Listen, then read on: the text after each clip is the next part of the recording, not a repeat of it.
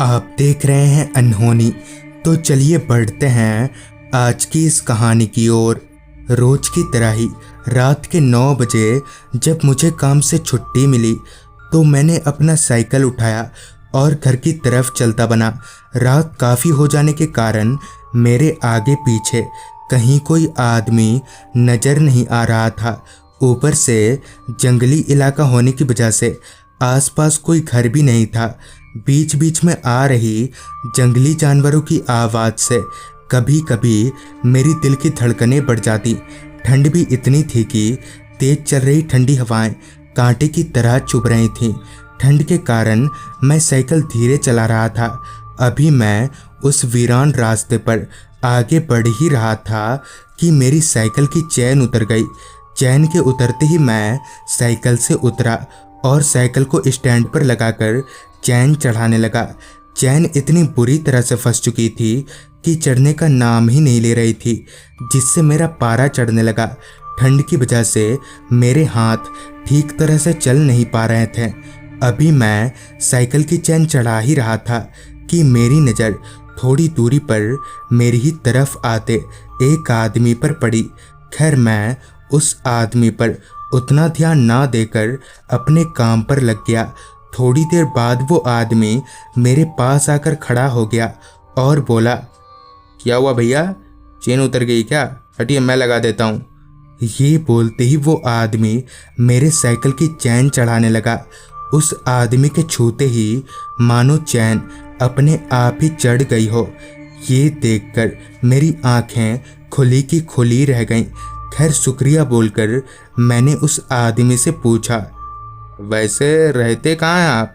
जिस पर उस आदमी ने बताया कि वो मेरे गांव की तरफ ही रहता है। इस पर मैंने उस आदमी से कहा, तो चलिए मैं आपको घर छोड़ देता हूँ।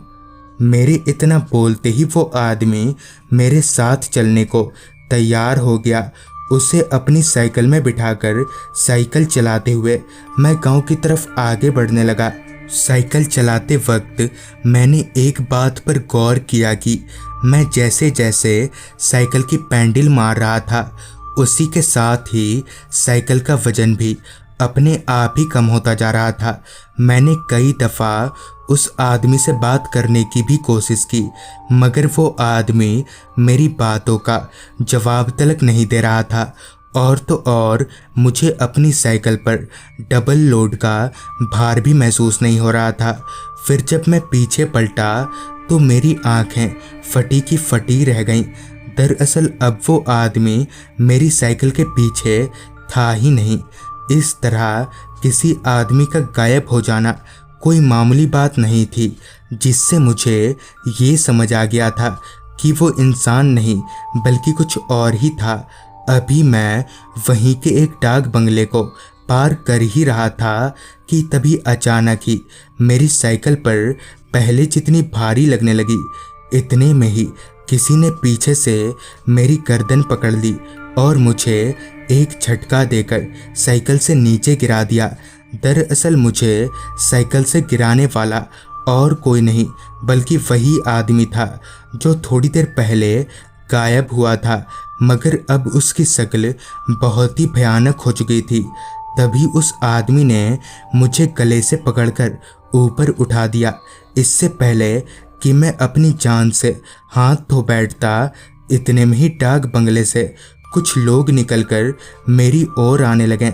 उन्हें मेरी तरफ आता देख उस आदमी या यूं कहें तो उस भूत ने मेरा गला छोड़ दिया और वहाँ से पता नहीं कहाँ गायब हो गया। हालांकि उस रात मेरी जान बच गई, मगर आज भी उस काली रात को याद करते ही मेरा पूरा शरीर कांप उठता है। तो दोस्तों, ये थी आज की कहानी। अगर आपके पास भी ऐसी ही कोई कहानियाँ हैं तो हमारे साथ ज़रूर शेयर करें।